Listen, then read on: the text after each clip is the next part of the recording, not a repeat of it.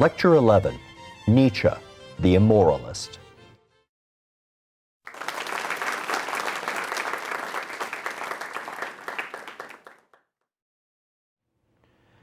Nietzsche certainly contributed heavily to the general understanding of him as a destroyer, as an immoralist, as an antichrist.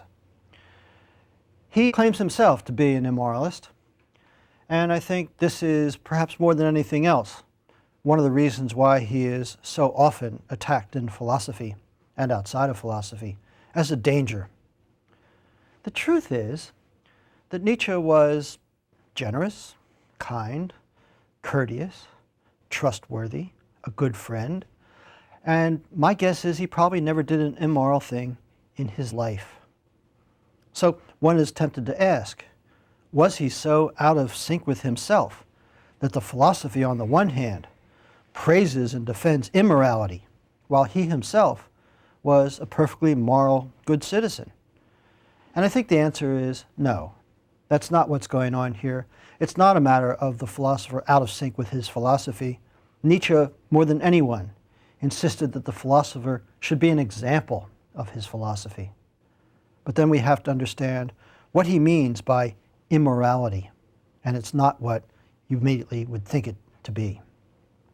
I think a good interpretation of this aspect of Nietzsche is to say that what he attacks, first of all, is a particular kind of morality.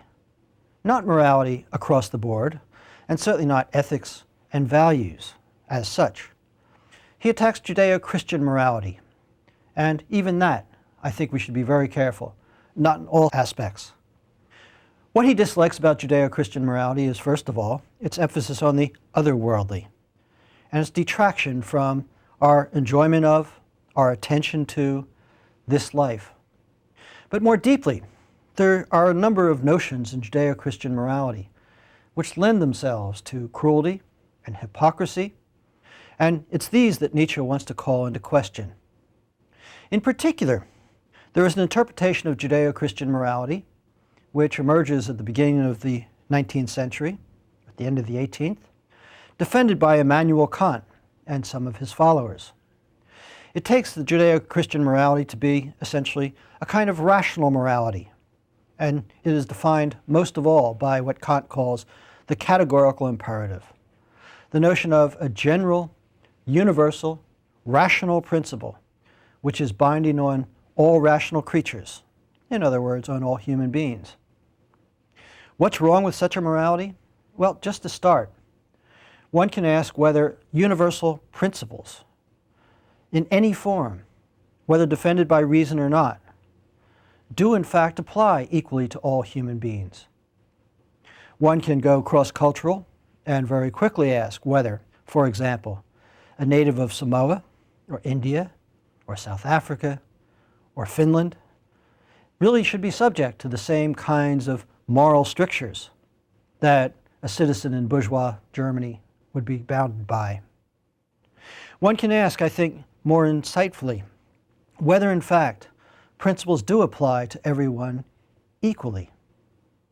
Or rather, whether it might be that every universal principle, which is applied without attention to the particularities of the individual, might very well be disadvantageous or hurtful, as opposed to beneficial and good for everyone involved.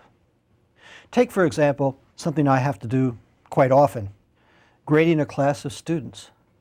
And there's a sense in which whatever grading procedure I adopt, what I'm doing is going to be more to the advantage of some students, I hope those who work hard and all that, but more to the advantage of some students than to others. And one problem with Judeo-Christian morality and this idea of universal rational principles is the fact that while it pretends to be taking everyone equally under its umbrella, in fact what it does is to the advantage of some, to the disadvantage of others. And we'll see that this is going to be an absolutely central thesis of Nietzsche's attack on morality. Or in a different way, we can the Judeo-Christian tradition, now into the New Testament, thinking of it in terms of loving thy neighbor and a kind of respect. But here too, a very real question about whether love so spread out, whether strangers and enemies, really still deserves to be called love at all. Or whether respect, something which we can certainly understand with people whom we are admiring of, whether respect can be stretched so thin as to respect every human being and still have the concept mean anything. Here's the interpretation that I would want to give. First, that what Nietzsche means when he says he's an immoralist is he rejects the rather particular notion of morality, which appears, first of all, in the Old Testament as the Ten Commandments and is updated and defended by Kant as a sequence of rational principles, and that notion of morality as it appears in the New Testament, in which love and respect are stretched so thin that they no longer have anything like the power that they are supposed to have. But here, too, there's a more philosophical interpretation. One might look at it in this way. What Nietzsche is doing is he's rejecting not even so much a kind of morality, as opposed to a certain way of looking at morality. And again, let me go back to Kant. The idea is that if morals is defined by rationality, then by its very definition, it must be universal, applicable to all human beings, and quite independent of feelings, culture, individual considerations, and Kant would even say of consequences. On the other hand, one might take the philosophy of utilitarianism, which was also very powerful in the 19th century. John Stuart Mill is roughly a contemporary of Nietzsche. And take that philosophy, the greatest good for the greatest number, that one always ought to act in such a way as to maximize benefits and minimize harms. And think of that as a way of characterizing ethics or morality. And one comes up with the rather obvious conclusion. Mill himself worried at great length about it, about whether in fact such universal principles and the general notion of pleasure or happiness and the supposed commensurability of different kinds of pleasures and different preferences and interests can in fact be used as an adequate notion of morality as such. What Nietzsche wants to say against both the kind of philosophy we get in the Old and New Testaments, and defended by Kant, and the kind of philosophy that we find in people like John Stuart Mill and the utilitarians, is that as much as these might seem to be different, in fact, they're all of a piece. That what they do is they tend to focus, in particular, on particular actions. The idea of whether an action for the utilitarians has good or bad consequences. Whether an action in Kant is motivated by the right kinds of intentions, or what he calls a good will.